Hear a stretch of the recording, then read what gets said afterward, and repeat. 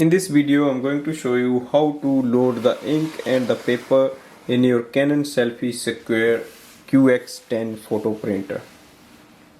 Now the first thing is to switch on the printer.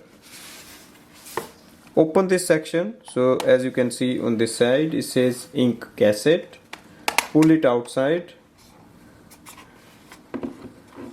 To replace the ink cartridge, press this button this side. It will make the ink cartridge to push. Now take it out. Now take your new ink cartridge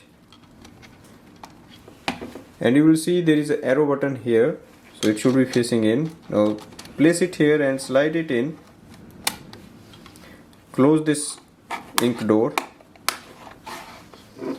Now go to the back to install the photo paper.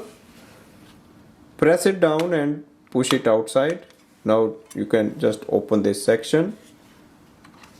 Here is the photo paper we have to place. So you will see the Canon should be facing outside and the printing side should be facing inside, like this.